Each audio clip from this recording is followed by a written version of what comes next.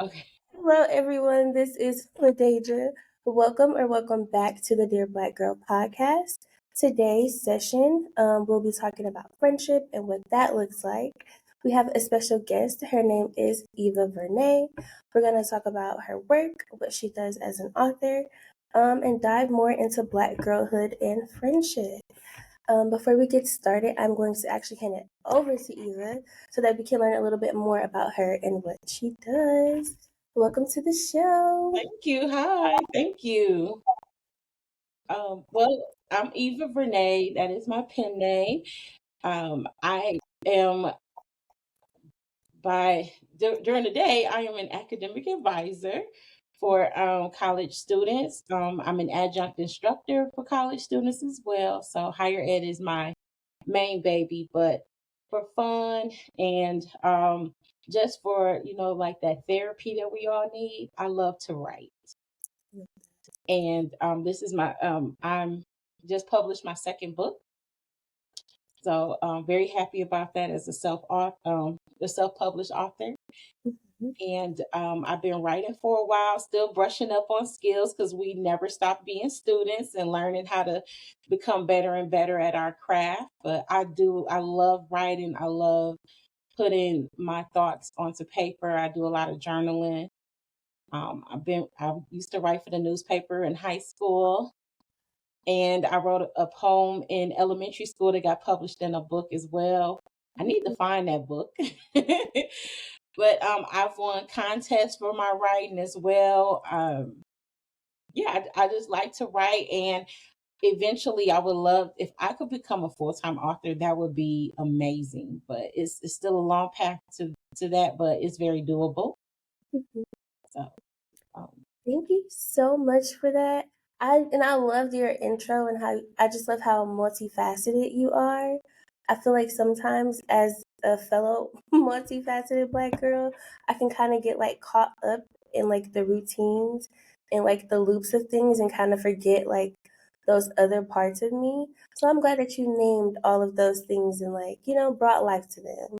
oh, I didn't tell you everything. That was just a little bit, but hey, I love that there's more though, like there being is. But inspired and writing. I love that. All right, we are going to hop right into our combo.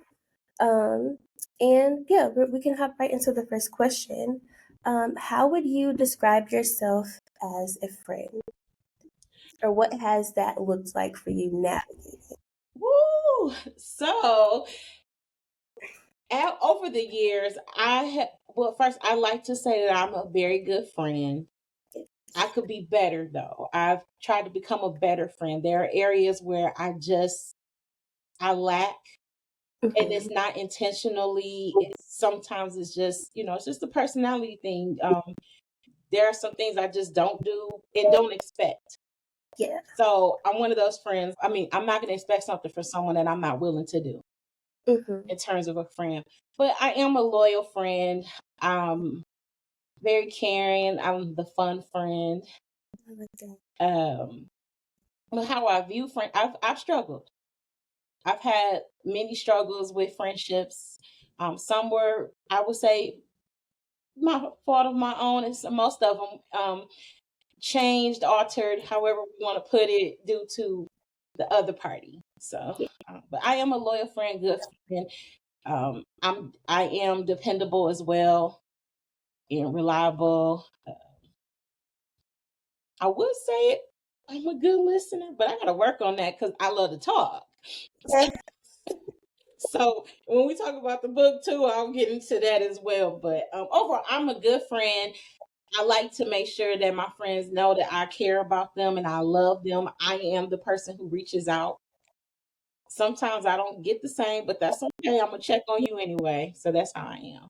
We're going to talk a little bit more about that Yeah. later. The question for that one. All right. What does I feel like you maybe touched on it a little bit, but at this current stage in your life, juggling all of the things, um, what does what does friendship mean to you, like in this moment? In this moment, this stage of my life, friendship means a lot to me. And I don't need a lot. Mm-hmm. The few that I have, I cherish them. I respect the friendships. I respect the people that I'm in these friendships with.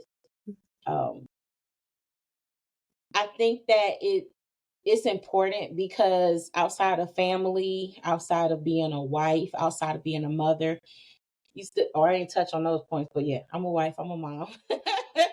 But I do need my friends. And like I said, I don't have a lot. I don't need a lot. I just need a few that are really for me. Because I'm not for everybody and everyone is not for me. So the few that I have, I love them to the end. Whether they know it or not, whether they feel it or not. Most of them should feel it. But it means a lot. It's important. It helps me, it gets me through some hard times, and tricky situations. I love to get the different perspective, and you know who to call for different things. The friends gonna be honest. All my friends are honest people. That's what I I, also love about my friendships at this stage of my life. That I know that they're not fluffing. They're not gonna sugarcoat just because they're to spare my feelings or whatnot. I love that. Ooh, I had an additional question and it left me. I'm sorry because I talk too much. It's okay. I'm a rapper too. I totally. I, oh no, I remember now. A saying that always sticks with me is that you don't get to choose your family, but you do get to choose your friends. And so, in that, I don't know. I just think it's really important that I don't know. Do you look at friendship from like a familial standpoint, like extended family? Yes, I do. It's we. I mean, part of my book too was sis. Sis, which one of you? We, a lot of us call each other sis. I Mm-hmm. have no sisters. I have two older brothers. I'm the baby girl. So that's another reason why I'm like, why do I struggle with these friends? I want a sister so bad. I don't have any sisters. So yes, or so with my kids, we'll say, your niece about to get on my nerves. I, or or like even with my dog, I have a new puppy, and I'm like, your nephew about to be homeless. So yes, I do look at my friends as family. Like we'll say, girl, you family. Like, yeah, you could come over. Are you kidding me? So yeah, I love that. I just had to throw that in there because I'm like, yes. of course. Um, Right. Question number three. How did your friendships in childhood, like leading up into your adulthood, how did those relationships shape how you navigate your friendships now? Ooh, ooh. Um, it's funny you asked that. I just had a conversation with my mother the other day, and I told her a story that I never shared with her about a friend that I was crazy about in elementary school. Like absolutely head over like anything for her. I'm not gonna say her name. But it was like anything for her. Oh, I want to go over her house. I want to go. I want to do this, that. And I learned that she told another friend, a mutual friend. This gonna sound so crazy. She told a mutual friend that we had roaches, and she had never been to my house, never been inside my house.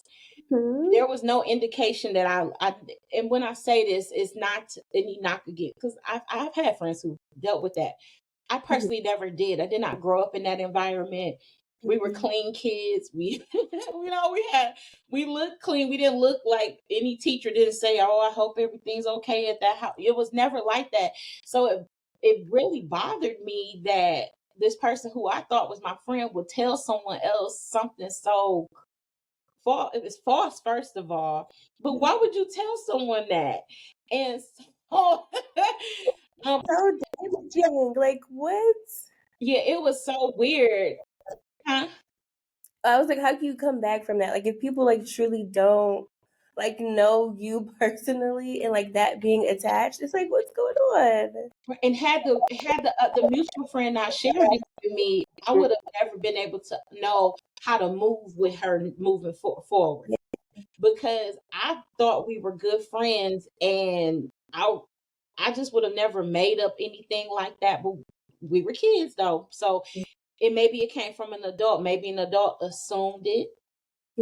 I didn't grow up in the I didn't grow up in the suburbs. Our home was, in a more urban area. But my parents have always said, and to this day, my parents say it's not where you live, it's how you live. Mm-hmm. So, I don't know. So how that shaped me moving forward, a trust has been a big thing with friendships. How she treated me did shape the way I moved with everybody else moving forward.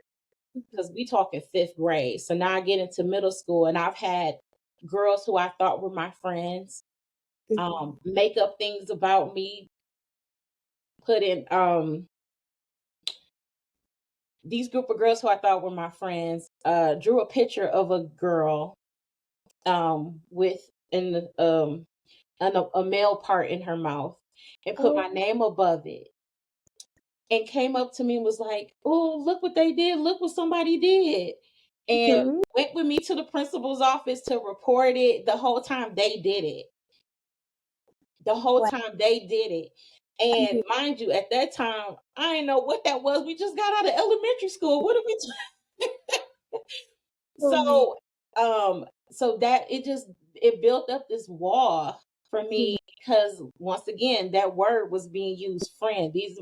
They went with me to support me, to tell on whoever drew this picture of this girl and put my name above it.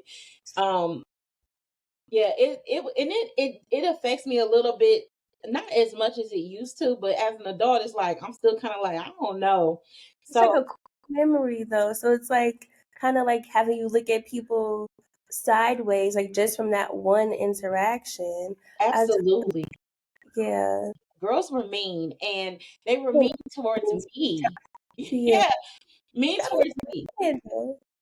So when I left middle school, thankfully I only spent 2 years in middle school because it was awful. The rumors that went around about me were awful. Like and they kind of went into my adult years Wow. because that's all that some people had to carry with them. Hmm. After middle school, a lot of girls that I call friends, I haven't seen none of them, and quite Yeah. frankly, don't want to. I wish them well, but they mistreated me so bad based on whatever was going on in their lives. Hmm. Um, And I think that's the interesting thing about just like working with youth previously is like having to like navigate situations like such as your own, because it's like this is your friend, like this is somebody that you spend a lot of time with, so it's like how do we like get past or like move forward knowing that this like highly egregious thing just took place with someone that you found super close to you. yeah, in my home, these are girls who you've been to my home. You met my parents. That's the kind of like I want you to know who my parents are. I want my parents to know who I'm hanging out with. And when I got into high school, it changed a little bit. I struggled with some friendships, not to the level of middle school, Hmm. because the guard was up. No one's Yeah. gonna mistreat me. You're not gonna mishandle me, and that might have played a role into um, some of the. It might have played a role in me not being able to build friendships with certain people Hmm. because I had an attitude. It was right on my face. Like, who you talking to? It was really like that, real Oh, snazzy. mhm. Like what do you want, what are we doing? Yeah, I was very protective of me, and Yes. a lot of people don't understand. A lot of girls didn't know what I dealt with previously. I didn't come from a family type middle school to carry. I didn't come to high school with friends at Yeah. all. I was by myself, and I think that I just struggled. I don't struggle as much today because I have who I have, but middle school was horrible building friendships, and high school was tough. But we all made it, and we're all adults. There's no girls from high school that I'm just like, well, some I'm kind of like I could do without them, but I could be cordial. Yes. But friend, I use that loosely. I feel like as a kid, I also went through that. It's like everybody was my friend. And then, like, like similar situations happened. And I feel like over time, like the discernment kicks in. It's like, you don't really want to be my friend. You're here for an ulterior motive. Mm-hmm. And so, yes, thank you for your touching point on that. Um, what were some of the unspoken rules or dynamics you had in your friendships growing up? Like just things that you didn't really have to explain to your friends growing up. And that could be in your childhood or now. Um, Have like that mutual understanding, like we do these things or we don't do these things. I think that the unspoken, I didn't really have a lot of those. I think that I don't know. I thought one was definitely okay. So there was one where if we liked the same guy, none of us talked to Yeah. him. That's which, fun. which Yeah. is it's like it made sense then, but some people was like, well, how you gonna block my blessing if he don't like you? What's the issue? you know, but and that's two girls liking the same guy. That's not necessarily that one guy liking the two girls and they happen to be friends. Exactly. Yeah. So I think that was an unspoken one. And back in the day, girls just when you break up with somebody, he open. But that's an unspoken thing. Like girlfriends are not supposed to talk to exes, and Mm-hmm. so that's about it. Yeah. We don't talk. We don't talk about each other's families. We don't talk about each other's kids.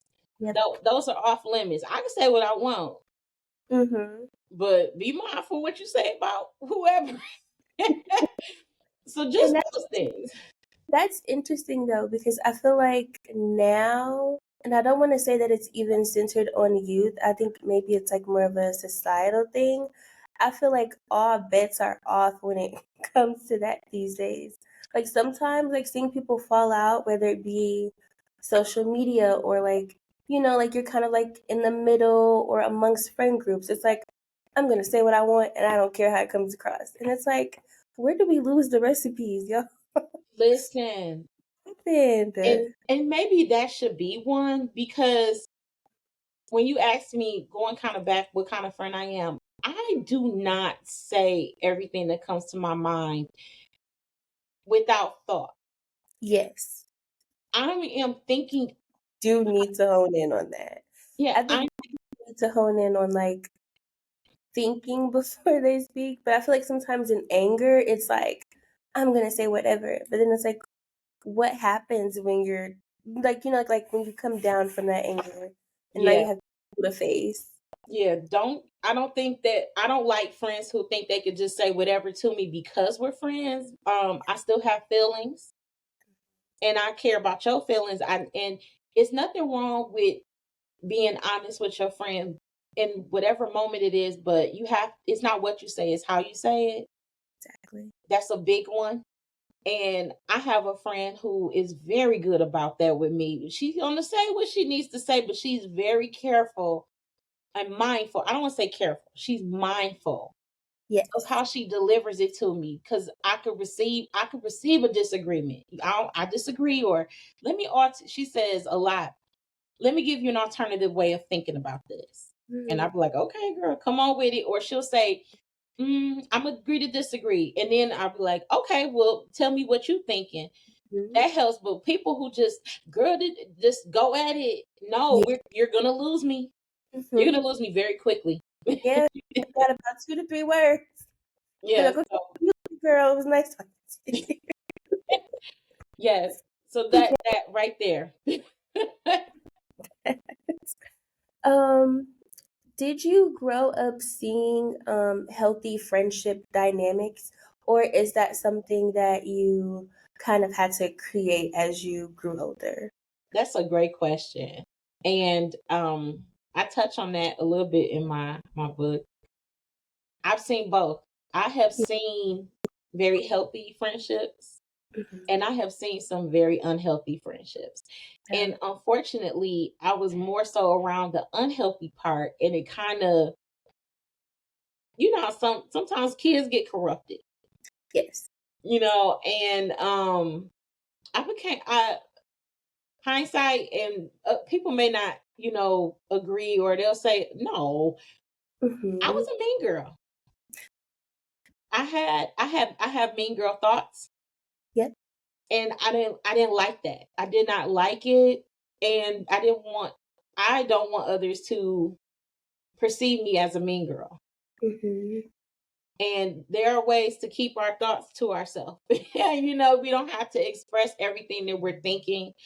Mm-hmm. But yes, I have seen it, and I don't like it. I went to a retreat, and they were saying, we are our sister's keeper. And I said, well, what if you didn't learn how to do that? Yeah. What if all you viewed was some unhealthy stuff with women? I feel like I'm always trying to wrap my head around that one. I love that you brought that up because it's like, are you my friend?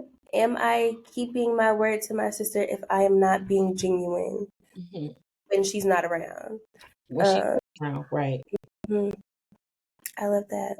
The point that you brought up. Oh, Not that we're being genuine with our friends. oh. Yeah, and it's tough because when you have these friendships for so long, and you can see some unhealthy traits that were within, and trying to switch up a little bit so that the friendship could be even stronger, that has been challenging for me. Those unhealthy friendships I have saw, um you know we need to really know that some stories ain't ours to tell. Mm-hmm. And that's something that I have told myself to be very mindful of, because I think that we do that. Well, I've done it in an innocent way. I'll tell a person, a friend, a different friend, a situation that occurred between me and someone else, but I'm not talking about that friend like in a bad way. But if the situation happened and I'm coming to another friend, that could that friend that's listening could also be like, well, if you telling me this, what you saying about it's fine. Heading into our healing segment of the What About Your Friends? One question that I have is what friendships have you had or do you currently have that have been the most healing for you? Ooh. I would say there are two friendships that I carry currently that one, I am seeing her growth spiritually, that I'm Mhm. very proud of, Yeah. because you know that is so personal, Mhm. not religious, but just being spiritual and getting closer to God in whatever capacity or any way that you can. Mhm. Seeing that from this one friend is good, because as she grows, it rubs off on me as well, and we grow together. I love that. And I'm very proud of her efforts and her commitment. When you're seeing a friend commit to something that they set out to do, it's fulfilling, and it makes me want to do better in areas that I'm lacking in that, you know in that Mm-hmm. section of my life. In this, I am spiritual. I've always been spiritual, grew up in church, but I have gotten away from like attending, because I haven't found what's good for me. I have a few that I'll visit, but watching that has been seeing her in that light has been healing. And then I did develop a friendship with someone who actually was one of my customers first. Because I have a small business that I didn't share with you, but but she was one of my customers, and actually becoming friends with her has been very healing because of who she is. And it just being talking with her, doing things with her, makes me want to do better. Makes me want to do better as a person, as a woman, because she pours into women, and that's not something that I've always done, because I've ran from women because of how I've been treated in the past. And shockingly, I didn't run from her. I love that. And I feel like it says also a lot about her spirit and her heart posture. I want to go back to something you said about like when she's doing good, like you feel like it's like rubbing off on you. And I have the same sentiments. When I like see good things happening for my friends, or like my friends are doing good things, I always like keep in mind that like God is in the neighborhood. So it's like even if I'm like not in a season of where I'm feeling, or I can't like see things the way that I want them to be, but Hmm. like I can feel it around me. I'm like, God's in the neighborhood. Like I he's like circling that. the block. It's in He's the neighborhood. me. But yes, you saying that just like made me remember that.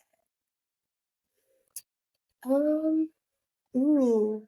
Also, another good question: how do you navigate your friendships during seasons of growth and transformation? I feel like you touched on it a little bit, but like specifically, like how do How do I you? what?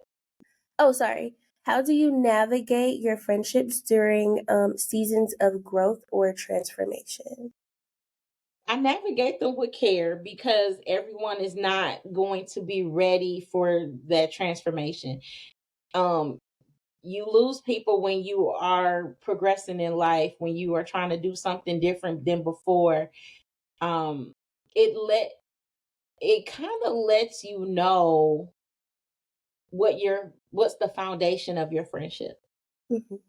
So, for example, if all we do is go out to eat and drink and we do nothing else, I have a problem with that. And then with that, what type of conversations are we having? So when you are in a transformative stage of your life and you're trying to lean towards something else and that other person is not on the same path, it could be a little interesting. Yeah. So I do it with care, but also it's not to say that I don't like this person no more. I just think that I'm on a different path than you. And if you're not ready to follow, then maybe when I'm hungry and want to drink again, I'll holler at you. But then outside of that, if we don't have no conversation, there's no substance in the friendship, in your conversation and in everything that you do, then I'm just navigating this with care. And I have to protect me. Mhm. And I know that I have to be around people I could learn from. Yeah. So when I stop learning from you, I don't know. I totally feel that. It literally took everything in me not to cut you off because I want to say yes, girl. No, it's fine. Only because especially like after graduating high school and like now being in adulthood, and I'm navigating so many different areas of my life. Everything you said, yes. Yeah, Yes, 1,000 times yes. it's been tough though. It's one of them things where it took me a minute to reflect on that. Hmm. Dang, we don't never have because there are friends I have some deep conversations about. I mean, conversations with politics, spirituality, work, Yeah. um, just navigating through life, finances. That's a big one, and being able to be your authentic self and, speak about any struggles, on Mhm. that side of things. You can't have financial conversations with everybody. Yes. So when we can't go beyond love and hip hop, when we Mm. can't go beyond the Real Housewives of Atlanta, Yep. when we can't go beyond reality TV shows, I don't know how much more I could deal with that friendship. Honestly, Yeah. if that's all we got, we Like really don't have much. we gotta have more things going on. We have to, Yeah. or how each other can grow. Are you supporting my businesses? Are you supporting my endeavors? Am I supporting your endeavors? It's not a one-way street.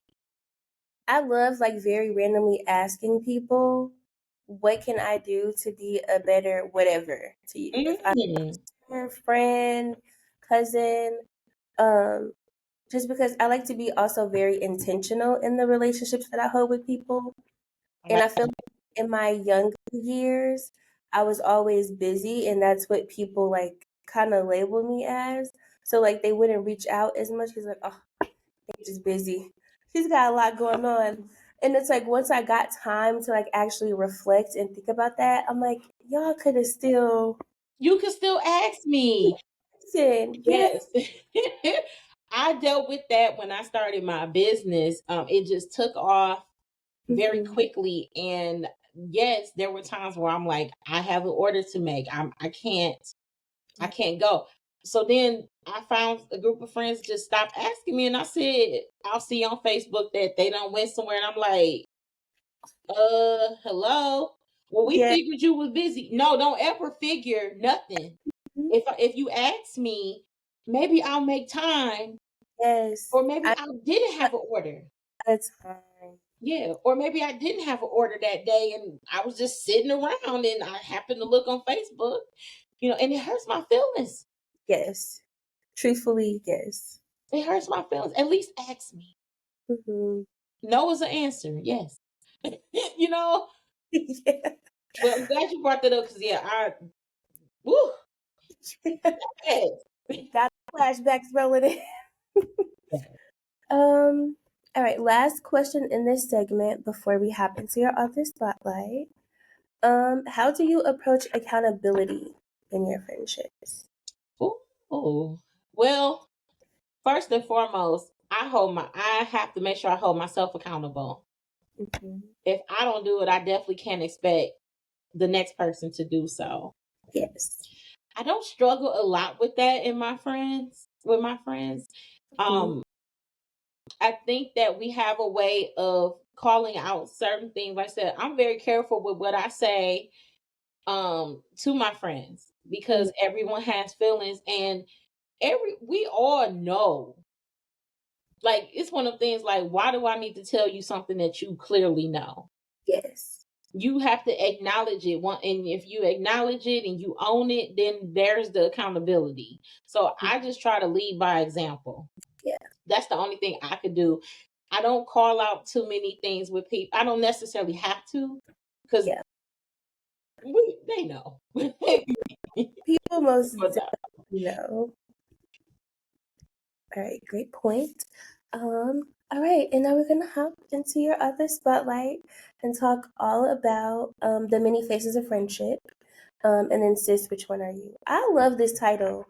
When thank I like did my Google search and it like took me to your website, I'm like, I love this. I'm here for it. I can't wait to hear more about it. So before we dive in and I start asking you questions, do you mind telling us a little bit more about the book? Of course. So I started this book started off being titled The Book of Friends. I have, in our our smartphones, we have a notes section.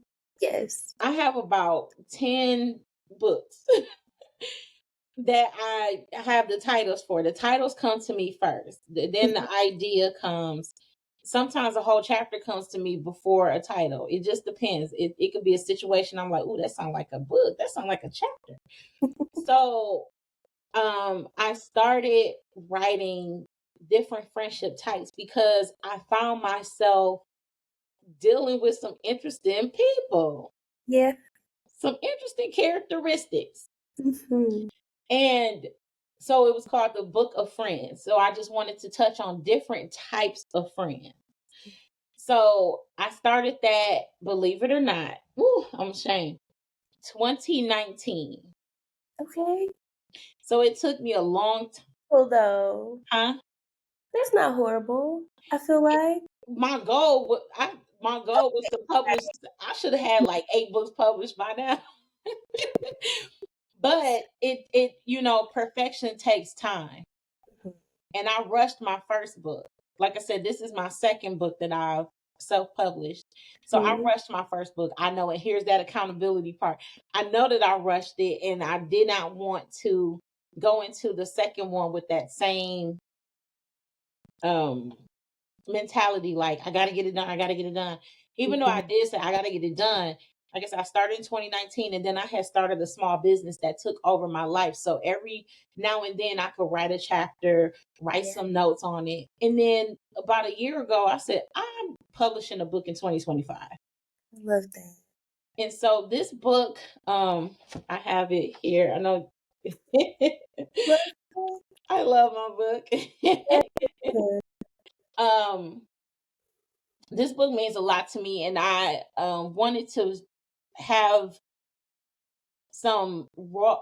It was supposed to be more raw than what it is, but my editor, that's why we have editors, Yeah, said we want to change this up a little bit because it's more about you, and you want women to relate generally, not just like learning about you and what you dealt with. got it. So that's where it was leaning towards first. So the book, it came about with different friendship types. The bougie friend, the, the friend your mama don't like, Mm-hmm. the itemized queen. That's me. Mm-hmm. When you go out to eat with friends and they want to split the bill. No, we not splitting. I had one margarita. You had five. I'm not paying for your drinks. Okay. That's how I am, and I'm really like I be on edge when I'm out to eat with people. Like, oh, I'm watching how much you eating. But or the laid back friend. I am Mm, not the laid back friend, but I have one, and I want to be like her when I grow up. So I just start thinking about different people who were in my life, and then people who were in the lives of others that I knew. Even on watching TV, you can get like, ooh, and I'm glad I that- don't have friends like that, but I could write about it. So I put together all these friendship types and then just start thinking of things that I wanted to say, and it eventually it came together. And it's funny. It makes you nod your head. mm, There are, or even the friend who suffers in silence. We have friends who have mental health issues that we do not talk about. They don't know how to talk about it, or we don't know how to listen. We don't know how to pay attention and give grace in moments where they might be having an episode. We don't, so I touched on that in the book. The friend who got away. You got friends who's like, dang, what happened? So so yeah, I just wanted to put something together that spoke to women in particular. I'm sure there's some males that can relate, for sure. but males, their friendships are so different. They call each other out as much, I feel like, as they should. Huh? Everything is, I feel like they don't call each other out as much as they should, No, I or they don't think just so. navigate them so free flowy. Whereas, like, if a woman experienced something that men do in friendships, they'd be like, "Oh yeah, she's cut off, she's done." And men are just like, "Well," they're like, "Well, wanna go watch a football game?" And it's like, what's going on here? Yeah. Uh, So yeah, I just wanted to put it together and make it a fun book, mhm, relatable, and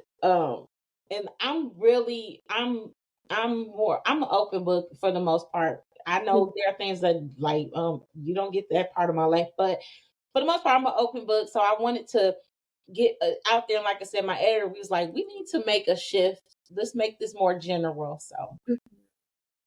but it's a I good book. I cannot wait to read it. I will be purchasing it really soon. Like the title alone sold me for sure. Oh, thank you.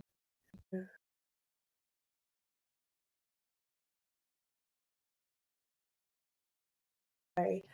Alrighty. All right. So diving back into the What About Your Friends podcast episode where we talk more about your work and what you do as an author.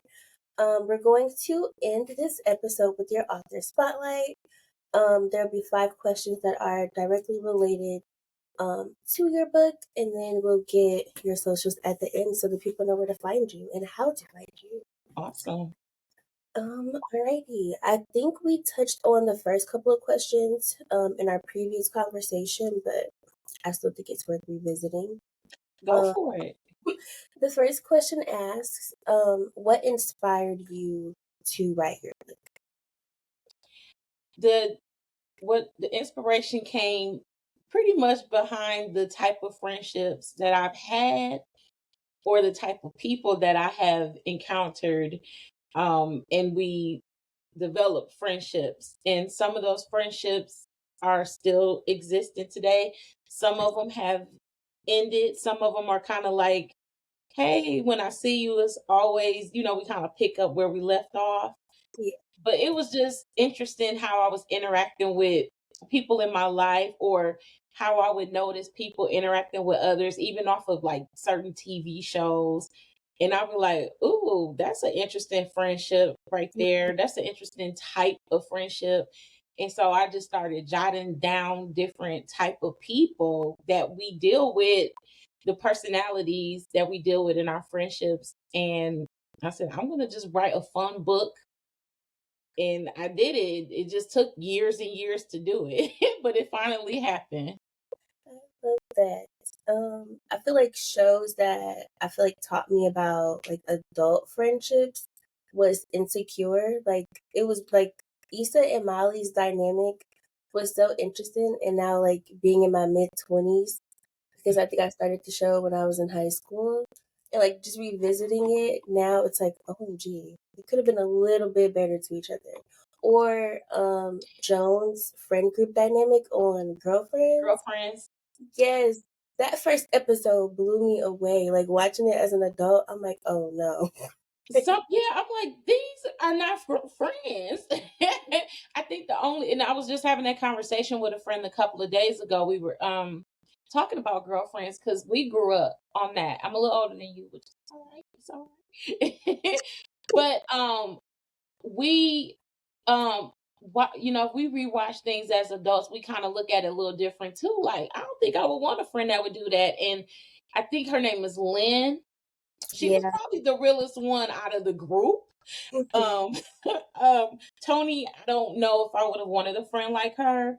Don't be messing up my son's name. All the time. But you never try to get it back. I would be mad, like, you have no respect. Like, why would you keep messing up my son's name intentionally? Like, you just don't care. Um, but yeah, I didn't really watch Insecure.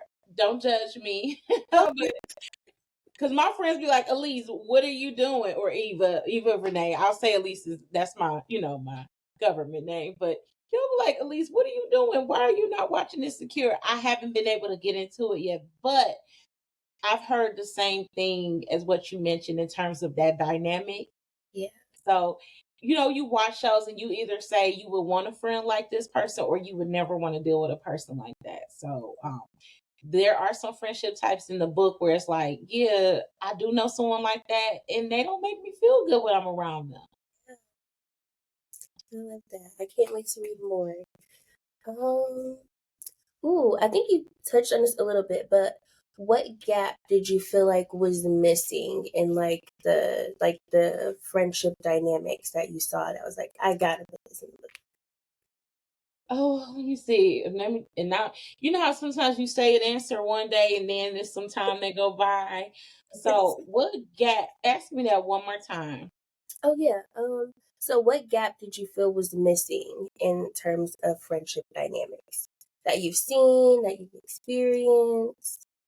It's like I need to include this in the book. Okay, so interestingly, there has been some accountability missing. I don't think I really touched on it a lot. There's probably a chapter that I added that in. I'm trying to think exactly. The blunt friend, Mm, you know, you have your blunt friend who says whatever, or the friend who has no filter.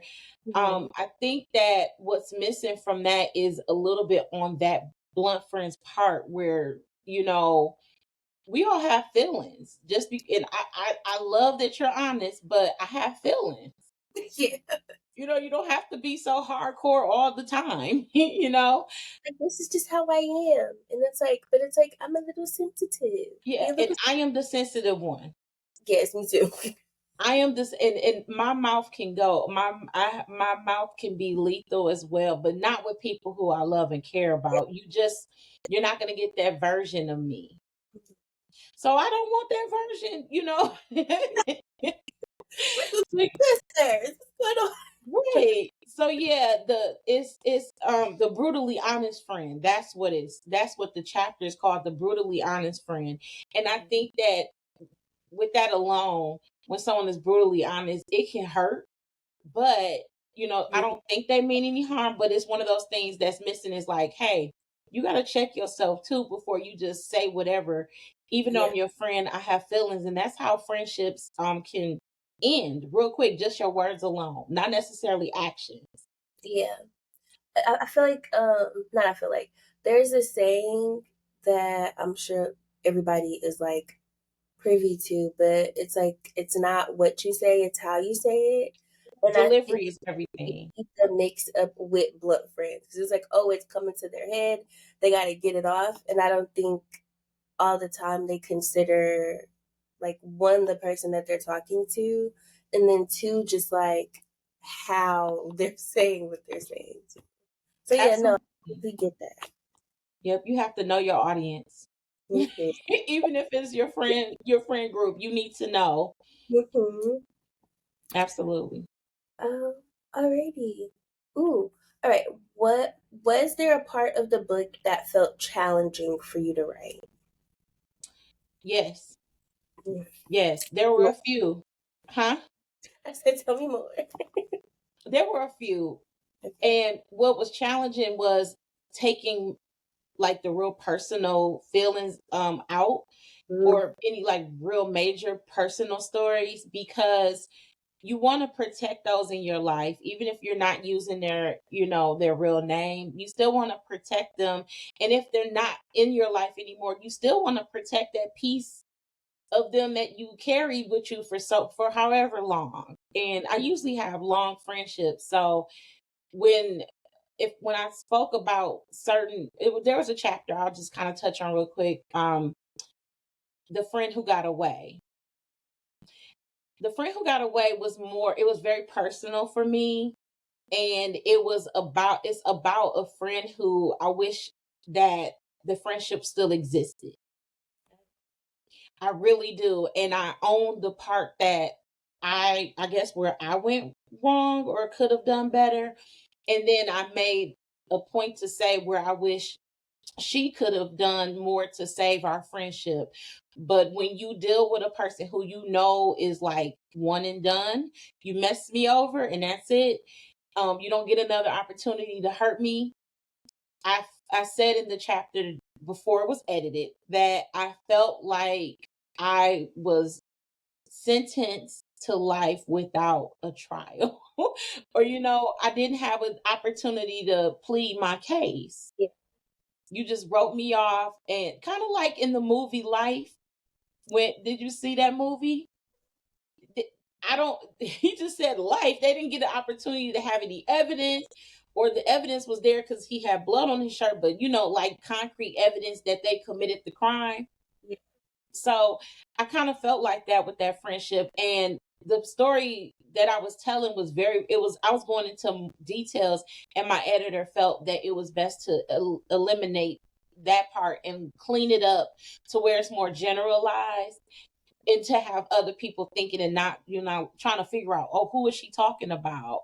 Now people gonna wonder who I'm talking about, but it's okay. I don't have a problem. I wouldn't have a problem sharing it. And the former friend where that friendship ended, there was just a couple of things I wish could have been done differently. So that was a challenging chapter to write, because I had to eliminate what influenced it, if that makes sense, Mhm.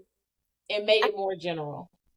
I kind of like the way your editor did that though. To like moved it from it being so personal to more general so that more people could like relate to it. It's like, I'm, I Yes. think this is making me want to read it more, honestly, because it's like in my very first book, I think I took that route too of like being very personal and then like hearing people's feedback after they read it. And I was like, It's like I was not mad at their feedback, but I'm like, it makes more sense for it to come from a more general standpoint so that your audience is able to like better connect with it and it still be personal to you because, like, of course, you're the writer and it's your story, but still make it um something that people are like, oh my God, like I've experienced that too. Yeah, I totally did not fight with the editor about it. I Mm-hmm. did not fight. And what's weird is, or interesting, the editor is a male. So, you're coming, I'm like, you don't know women like that. But I trust my editor completely. And I think that he did an amazing job with, being honest and saying what I needed to hear. And I did not, I'm kind of like, I'm going to do it anyway. But no, I did not go against this editor at all. Um, and the only other chapter that I felt was a little challenging was there's a chapter called um, The Friend Who Suffers in Silence.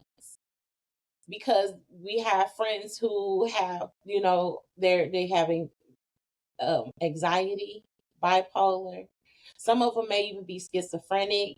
Um, they could just be going through depression and they don't speak up per se. They're not verbally saying anything, but their actions show or their lack of.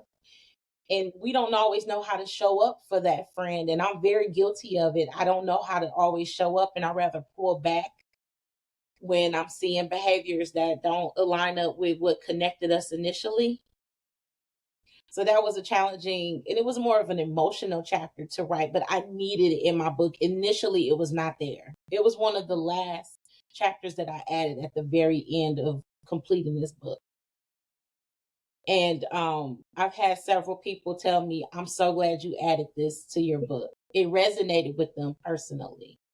I don't think a lot of people talk about mental health, like their personal mental health, let alone other people's mental health. Oh, we'll talk about somebody else's real quick. That too. And it's never in a positive way. Like, OMG, how can I help this person? How can I rally around this person? It's like, I ain't like her attitude. She's Yep. doing too much. And so, yeah, I do love that you added that. And it sounds like it's from, um, like the perspective of someone who is like, hey, like, watch out for these things and not like let it be like, cautionary where it's like you can't be friends with someone who like struggles with mental health, but like let alone, I guess, more so like maybe like giving advice of like, hey, these people need friendship and love and They kindness. do. It's support, and it's important that we educate ourselves on the different diagnoses that are out there so that we can kind of know how to best support our friends when they are dealing with whatever. If someone is bipolar and they have a manic episode, you need to know that it's not personal. You need to know what to do in the event that they're having an episode. And instead of lashing out on them, you could, create your boundaries while still being supportive to them while they're going through what they're going through. So, because I personally deal with that in my life, so that's why I felt like I needed to Yeah. touch on that. I've seen it. I've seen friendships end because of a person that is bipolar, and then I've seen the friends who they didn't stray. They were Hmm. still there for that person, and it's a beautiful thing when you can watch friendships stay the same, even though the dynamic is a little different because of how the other person that and I'm not in the healthcare field or mental health field to use the correct terminology, but when something's manifest for so long and then it just comes out, you Yeah. know everyone don't know how to handle that. Hmm. So I wanted to touch on that for sure in the book, and I love that I did. I love that I did that. I think that you adding that was also great because with the podcast being about like uplifting Black women and like talking about our stories, I feel like a trend that I've been seeing on TikTok a lot is that a lot of Black and brown women are discovering that they have very specific like mental health diagnoses and it not like being treated early on because unfortunately in the Black community it's like, oh, that's not real, or you'll grow out of it, or they don't see it as like, it's like a very like, mental health is a very taboo topic within our community. And I think that that's kind of what further strays us as Black women away from like getting like that help and like talking about mental health in a way that is helpful and like not harmful to us. So Mm-hmm. yeah, I love that you added that. Because I think that if you, especially when you got your family and then you have your friends, and everyone involved needs to be able to pour into those who suffer, Yeah. and they can't help it. If they Mm-hmm. could help it, you think they wouldn't? You think they would Yeah, they rather have it, or would they rather not have it? I think anyone would rather not suffer with these things, but they can't help it. exactly. Um, ooh. All right, so how can readers use your book as a tool? That's a very good question. Well, they have to be honest with themselves first in identifying which friendship type they are. Of Yeah. course, with it being saying, sis, which one are you? You have to be honest with yourself first. And then there are vibe checks at the end of each chapter. Hmm. So, can I read one? Like, let me look. Let me see. Let me see. Okay. So I'm gonna say my bookmark that I give everyone who orders from me. They get a bookmark for free. It just fell out. And of course I keep my book very near and dear to me. So I will say, let's see, because the book is in sections for one. So you have your real one, solid as a rock. You have your wild cards, the more fun, fiery, a little unhinged friends. Then you have your mentors, the wise, the woke ones, worth listening to. And then you have your handfuls. You love them, but woo child. You have them. And then the side eye squad, keep your head on a swivel. Those are like the controlling friends, the gossip queen, the judgmental one. And then the tender and fragile spots, that's where the friends, who um the gone too soon friend, and then the friends who struggle in silence. Um, and then you have your mirror moment. So could you be the one talking too much? Could you be the one who never listens? So what I'm gonna do is I'm gonna go to the Miss Can't Get Right. No, actually, I'm gonna go to the unspoken drama friend. You still mad? Because I'm I'm dealing with that right now. I have two individuals who I was friends with for years, and we don't speak right now, and neither one of us have come to discuss the issue at hand. wow. So it's kind of like who gonna do it? Yeah. I didn't do nothing wrong, so I hope they're not holding their breath for me. But one of the vibe checks is, I won't read the chapter, but the title alone is catchy. The unspoken drama friend. You still mad? So the vibe check for that would be serving the cold shoulder instead of the conversation. Hope in silence says what words should. Is this a person who swears it's not a big deal but still mad? Some people are like, it's no big deal, but you still mad. Acts like nothing happened to dodge accountability, and ghost a friend who's still confused. So when you're reading these vibe checks, it's to get you to thinking, Yeah. to check yourself. And then About situations. I bet you are. And there's and after each chapter two, which my editor had suggested and I liked it, he said, not just your vibe checks, but what about if this is you in terms of being the friend that's mad, or if this is you, the friend who is not mad. So if this is you, you cannot expect your friend to read your mind. Silence, side eyes, and short text are not a replacement for communication. So these are things, I'm giving some suggestions here too. If something bothered you, say it. If every conversation turns into an argument, ask yourself if you want peace or if you just want to win. Sis, let's go with the former versus the latter. If you have this friend, do not drain yourself trying to figure out what you did wrong when they refuse to say it. Acknowledge the shift, but protect your peace. If they did not own their part, you do not have to carry the weight for both of you. So that closes out the chapter, the vibe checks, and then if this is you or if you are that person. So I think that answers your question. Yeah. I'm so excited to read it, and I feel like I've been saying that in this short 20 minutes we've been chatting. I feel like there's so many like gems dropped in it. There Um, there are and I feel like I was being my authentic self. I'm and like I said, some stuff was cut out because I could go there. I mhm, did want something a little more raw, but I'm not here to attack women or to attack people in my life. That's not what I'm about. That's not my character. But I know what I like to read, but I don't like mean girls. mhm. So wanted to make sure that it wasn't giving mean girl vibes, but Yeah. you'll be able to reflect for sure. You're gonna laugh. You're gonna reminisce about certain things. You might hold yourself accountable to some stuff, some actions, some behaviors that you carry Mhm. reading it. But I do think that it's a self help book. People say, "What do you categorize it as?" And I was like, "I don't know." But I had a focus group Mhm. of people in my life who I know are honest, Yeah. give good feedback. We did a Padlet. It was very organized. I like to organize stuff, but they all said and agreed that it could be categorized as self help, and they were so excited to just. They were very engaged just reading the paper.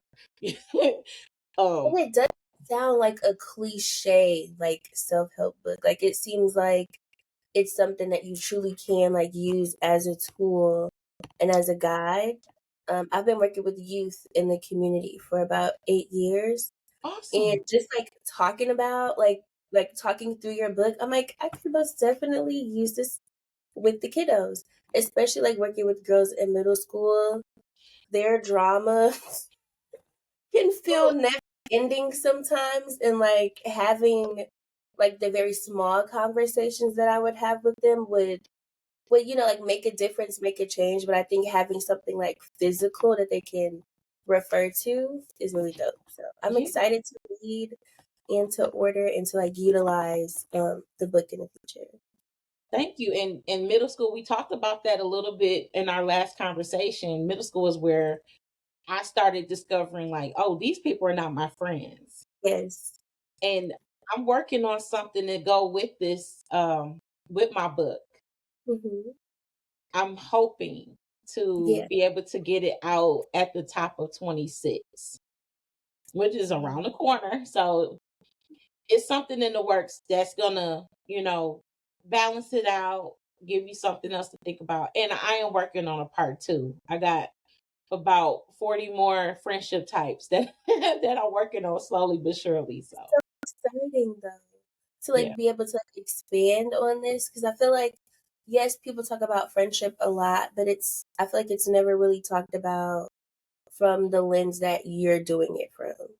It seems very like case study type based, but like also including like real life, you know, interaction with people. I'm excited. Yay. Yeah. And then final question. If there is one thing or message or piece of advice that you could give to Black girls about friendship, what would it be?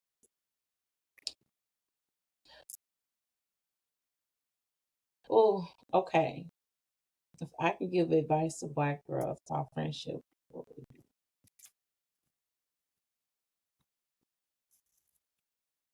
You should always be able to be your authentic self, and you know that I'm trying not to get like emotional on this because my mom used to tell me, you'll learn who your friends are. You're going to learn who your true friends are. And it took a while because in the beginning I wasn't being my authentic self. I was kind of trying to align up with who they are. And you should not do that. You should be who you are so that things don't get confusing down the line, or when certain situations happen, those friends will know how to deal with you because they'll know that's who you are in the beginning. Um Always be honest in your friendships.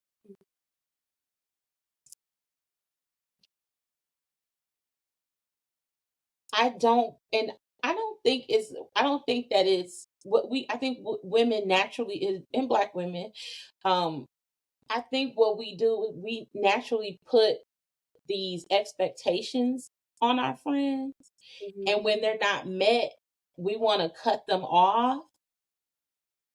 But we don't pour that same energy into relationships with like men Mhm. or women, whoever you choose to date. And Mhm. I found that if I could forgive a man for deceiving me, for mistreating me, disrespecting me, why can't I give this person, this friend, another chance, another opportunity to get it right? And set those same boundaries that I give this man. Yep.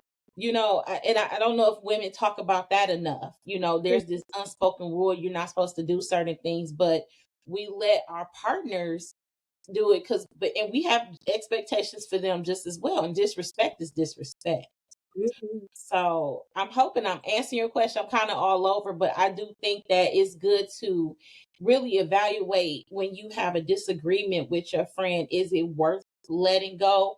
And then think about, who else did you give another opportunity to change their behavior Mhm. so that y'all could be amongst each other. Yeah. You know, so that's what I would do, because I'm in a space now. My husband I'm married. I don't think too much about like um past stuff. I try not to think about past stuff because I'm in a very good position, but hindsight, I forgave men for things that they did to me, but then when a friend does something to me that hurt me, it's done. And then I Mhm. thought about that years later, like, why do we do that? Why do we give these men all these chances I feel but like friends are done? I feel like maybe that comes with maturity. Like as you get older, you realize that your romantic and your platonic relationships should have some sort of standard, and there Oh, should be some non-negotiables for sure yeah. related to both. And I think that's maybe where some of us get tripped up at. It's like one or the other when it should be, you know? Yeah, I'm a forgiving person out the gate. So if a friend does something and I've had some friends do some crazy stuff, like I really wouldn't tolerate that from somebody I didn't care about. Like, don't do that again. So I Yeah. think it's fair to give an opportunity, just like you would, or just like I would. I'll give you. Now there are some deal breakers, of course, but some other stuff we be ready to cut friendships off in a heartbeat, and we. So Like I would, minute things. And it's like, all right, guys, reel it in. yeah. So Like, I would just say, I would just say, be your authentic self, and then just know that there is, you can, you know, hear people out when we're all human. Hear your friends out if they did yes, something, and you do have to teach people how to treat you. And then when it's not reciprocated, then you make adjustments. yes. So there's my advice. I'm still learning that part just because I am like that one and done friend or Mhm. person. I'm not even gonna say friend. It's like I don't know. I feel like when things stir me off, it's like all right, we're done. But I Yeah, am like learning to be like, well, maybe they were having a bad day, or like maybe they didn't mean it in the way that you like received it or right. whatever. And so I am that is something I'm working on. My daughter will cut someone off very quickly. I'm like, girl, you cut friends off so fast. I wish I had the art of doing that. But that also might come from a whole different place that you Mm-hmm. haven't even acknowledged yet Mm-hmm. or haven't worked through. Right. Well, Eva, it was great talking to you and learning so many things about your work, you personally. I can't wait to chat with you again. I'm really excited to learn more about what you write and what you release in the future. Before we wrap up, I do want to ask for your socials so that the DVG podcast audience knows where to find you and how to find you. So if it's Facebook, Instagram, YouTube, TikTok, whatever, yeah, any way that people can keep up with you. Okay, so I'm still getting into the whole social media stuff. I know that's just where it is and how people, you know, grow their audience. But right now, I am on Facebook, author Eva Vernae. I do want that page to grow. I developed that page years ago when I wrote my first book. That was in 2017.